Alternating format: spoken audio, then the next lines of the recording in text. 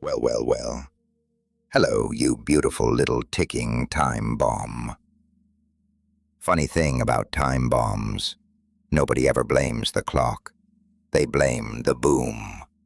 And oh, sweetheart, has there been a boom? No one survives this. And I mean that in the most, clinical sense. No one in that little arrangement is walking away from what just detonated the same way they shuffled in. They came for your softness. They looked at you, this warm, disarming, wouldn't-hurt-a-fly person, and they thought, easy pickings. They thought they could just disassemble you at their leisure, like pulling threads from a cheap suit, like you were nothing. And what they just walked into, what is eating them alive right this second, behind doors you haven't even opened yet. It's so thorough, so absolute, so surgically total that the only honest word for it is annihilation. This is their terminal malfunction. Not a bad quarter, not a rough patch, a full system failure. And the most delicious part? You barely lifted a finger. I needed to let that marinate for a moment before we go any further, because I have this creeping suspicion you still don't fully clock what you just pulled off. You've been carrying this thing, this knowing, that something in the air had gone sour, that there was this cluster of people, this little ecosystem, that felt choreographed in a way that made your jaw clench when you weren't paying attention. You couldn't always put a label on it. You couldn't always build a case, but your body knew. That low-frequency static dressed up as normal conversation. That very specific kind of bone tiredness that doesn't come from doing too much. It comes from being surrounded by people who are quietly, constantly sharpening their knives behind polite smiles. You felt it on Sunday mornings when you woke up, and your first conscious thought, before your eyes even cracked open, was that something was wrong. Like your nervous system had already read the room your mind was still stumbling into. And here is what nobody, and I do mean nobody, gave you flowers for, my little architect of chaos. The entire time you were feeling that, you were also metamorphosing, not loudly, not in ways that made announcements. You were doing it in the dark, internally, in ways that hadn't broken the surface yet. But something was rearranging itself inside you. Something was accumulating. And they had absolutely no idea. They thought they had you mapped. They had this whole screenplay locked and loaded. You were the quiet one, the sweet one, the one who wouldn't clap back, wouldn't make waves, wouldn't throw hands. They literally constructed their entire playbook around the premise that you were docile, that you were pliable, that you were the kind of person they could just keep needling, and the needle would never, ever come back around. And look, I get it. I get why they drew that conclusion. Because you are kind. You are gentle. That part is legitimate. That's not a mask. But here is what they got catastrophically, comically, fatally wrong. They mistook your gentleness for vacancy. They mistook your silence for submission. They mistook the fact that you were not reacting for the idea that you were not capable. Huge error. Massive error. Before we continue, let's talk about your true potential. They took your pride, but they handed you the keys to the kingdom. Grab the book written by Animus Morphosis channel from description or first comment of this video to rebuild your ego into steel. Let's get back to why you're really here. The most spectacular miscalculation they will ever make in their natural lives. Ha ha ha. Huge error. Massive error. The most spectacular miscalculation they will ever make in their natural lives. Here's the picture I keep circling back to, gorgeous, when I think about what you actually are. You are the match, sitting quietly in a room full of gasoline. and they mistook you for a birthday candle. Sit with that for a second. A match in a room full of gasoline looks harmless, looks small, looks like something you could just flick away. The kind of insignificance that makes you careless. And that is exactly what they saw when they looked at you. They saw the smallness. They felt the stillness. They waltzed right up to that tiny flame, completely oblivious that the entire room around them was soaked and waiting. They had no clue. They had no fire escape. They showed up thinking you were a weather report they could ignore. They discovered you were the inferno that redraws the map.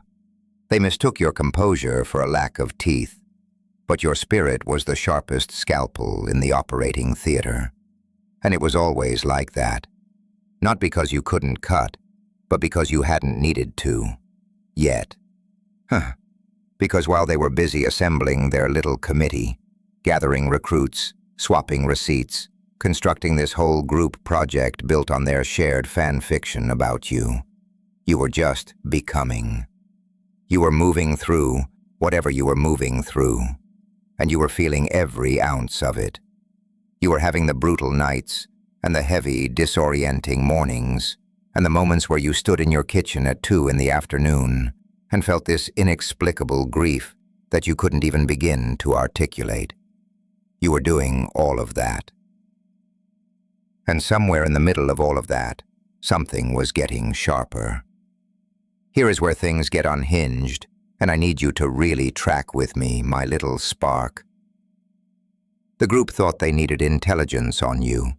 They thought if they just compiled enough data, enough testimonials, enough, yeah, me too moments, they could construct this airtight prosecution. And for a stretch, from where they were sitting at least, it felt like that was cooking. They were cross-referencing stories, identifying through lines, getting louder and more emboldened. There was this momentum inside the group that felt unstoppable from the inside. They were completing each other's sentences. They were co-signing each other's grievances. They were feeding on the dopamine of collective conviction. You know that vibe when a group of people are all absolutely locked in on something, and the certainty itself starts functioning as its own proof. That's what was happening. They had gaslit themselves into gospel. They rolled up as a pack, thinking there was security in numbers. They believed that outnumbering you was the same as outgunning you. But here is what they fundamentally did not comprehend about you. A wolf doesn't rearrange its schedule over the complaints of pigeons. And you were never the pigeon in this story. You were never the one who needed the flock to feel safe. You were never the one whose power depended on a head count or a group chat or backup. You just were. Fully, quietly, completely. And that kind of self-contained voltage is the one thing a mob mentality cannot compute. Because it doesn't need anything from them. It doesn't flinch under their pressure. It doesn't diminish under their numbers. It just continues to exist, whole and unmoved, while they exhaust themselves trying to find a fracture that was never there. But here is the thing about structures built on distortion, darling. They don't hold. Not because of some fairy tale karma or dramatic screenplay arc. They don't hold because they are not built on anything load-bearing. And when the fractures start, they spread fast. Because everyone in that group was also quietly watching everyone else, measuring, wondering, if this coalition turns on one person this completely, what's stopping them from doing it to me? That question, that thought, it lives in the crawlspace of every single person's mind in a group like that. Nobody says it out loud, but it is there. Under everything, like pressure building inside a pipe. And then something happened. Something that made the pressure impossible to cap. It wasn't cinematic. It wasn't a confrontation. It wasn't you standing up and delivering some scorching monologue that exposed everyone. No, it was quieter than that, and infinitely more lethal. Your awareness, the things you knew, the things you said in passing, the completely unremarkable observation you made, started hitting different. Information you couldn't have had, by their logic, was somehow fueling your instincts. Things you said that were not aimed at them, were not even adjacent to them, were landing like you had transcripts of their private conversations. And you did. Not because anyone was slipping you intel, not because you were running some shadow operation, but because you were tapped into something they didn't even register as a frequency. You were listening to yourself. You were trusting your own perception. Your intuition had been getting honed this entire time, quietly, precisely, and they had been operating on the assumption that you were flying blind. Their fatal mistake was assuming your silence meant you were done, when in reality, you were just watching their demolition in real time. You were observing it from that calm, still center, the match, perfectly steady, while they experienced it as wildfire. You didn't have to narrate it. You didn't have to broadcast it. You just watched, with a quiet, unshakable clarity, as the entire structure they had assembled started to split at every single joint. Their fatal mistake was assuming your silence meant you were done. They started to wonder if there was a leak. They started looking at each other sideways. That's where the architecture began to buckle. The ringleader. The gravitational center that was holding this mess together. When that energy shifted, the whole group felt it simultaneously. And because the only thing they actually had in common was their shared fixation on you as the villain, when that fixation started to fracture, there was nothing underneath it. They didn't have real loyalty to each other. They had shared resentment toward you. And resentment isn't cement. It's rust. It holds things in shape for a while, and then it corrodes through everything. They started turning on each other, quietly at first, then not quietly at all. And you did not orchestrate a single second of it. You were just out here living your life. You were just doing the unglamorous work of becoming more yourself, more clear, more grounded, less willing to fold yourself into a smaller shape. And that shift in you, that completely internal, private, non-performative shift, was radiating outward into every interaction, every room you walked into, every conversation you touched. Your energy was changing. Your signal was strengthening. And people who had built their whole framework around the idea of you being a certain way, being available to be a certain kind of target, they could feel it. The thing they had been siphoning from was no longer on tap. You leveled up past them, not because you were trying to win, because you were just trying to heal and grow. But the outcome was identical. And here is the part that I find almost poetic, because it's so surgically precise. You didn't have to raise a single finger to undo them. The very light they tried to smother became the blaze that incinerated their entire operation. Think about what that means. Every time they leaned into your light, every whisper, every coordinated narrative, every campaign to make you smaller, they were essentially feeding oxygen to something they thought they were suffocating. Poetic. They thought suppression was achievable.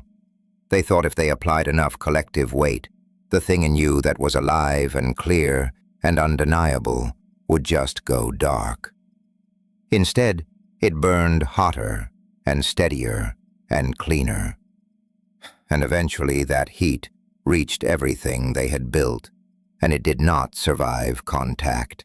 Now, here is what I really need you to hear, because this part is non-negotiable, you stunning little arsonist. Some of them are going to try to drift back.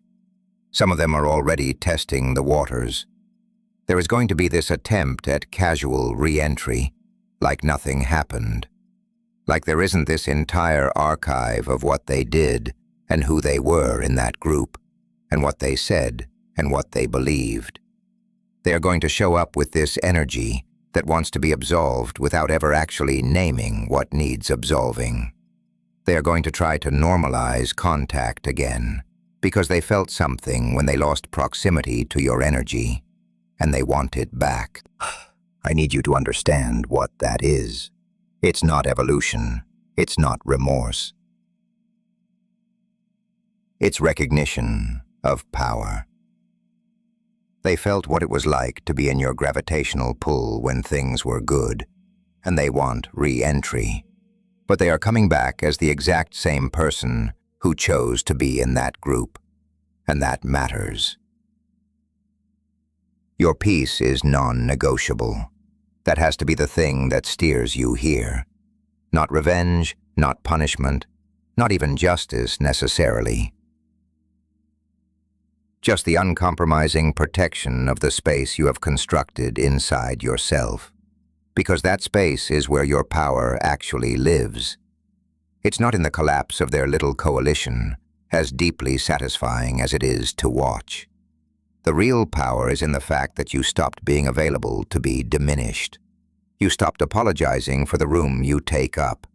You stopped dimming yourself down to make other people feel comfortable in their own mediocrity. And when you stopped doing that, the whole apparatus that depended on you doing that had nowhere left to go. They are shook right now. The collective stunned silence descending on the people who thought they could dismantle you is their first authentic encounter with who you actually are. They spent all that time and bandwidth building a case against a version of you that doesn't even fully exist anymore. They were shadowboxing a ghost. And the person standing here now, the person you have forged through all of this pressure and all of this pain and all of these grueling, grinding mornings where you just kept putting one foot in front of the other anyway. This person is not who they prepared for. They miscalculated completely, catastrophically, and they know it. Here's the thing about fatal capitulation, and I want to be precise about what that phrase means, because the title isn't decorative. It is not merely a loss. It is a surrender. It is when the thing that was hunting you runs dry, out of momentum, out of options, out of the will to keep swinging. It is when the aggressor becomes the one on their knees, not because you put them there, but because their own scaffolding collapsed under the weight of its own fraud. That's what this is. This isn't you winning a war. This is the war ceasing to be a war because one side simply ran out of ammunition. And this, right here, right now, this isn't just their surrender. This is the cosmos serving an eviction notice to every toxic current in your life. Every single dynamic that was bleeding you dry, every person who showed up in your space pretending to be Switzerland while quietly supplying arms to the thing that was organized against you. Every structure that depended on your compliance and your smallness and your willingness to make yourself less. All of it is being swept out, not gradually, not partially, completely. And what gets left behind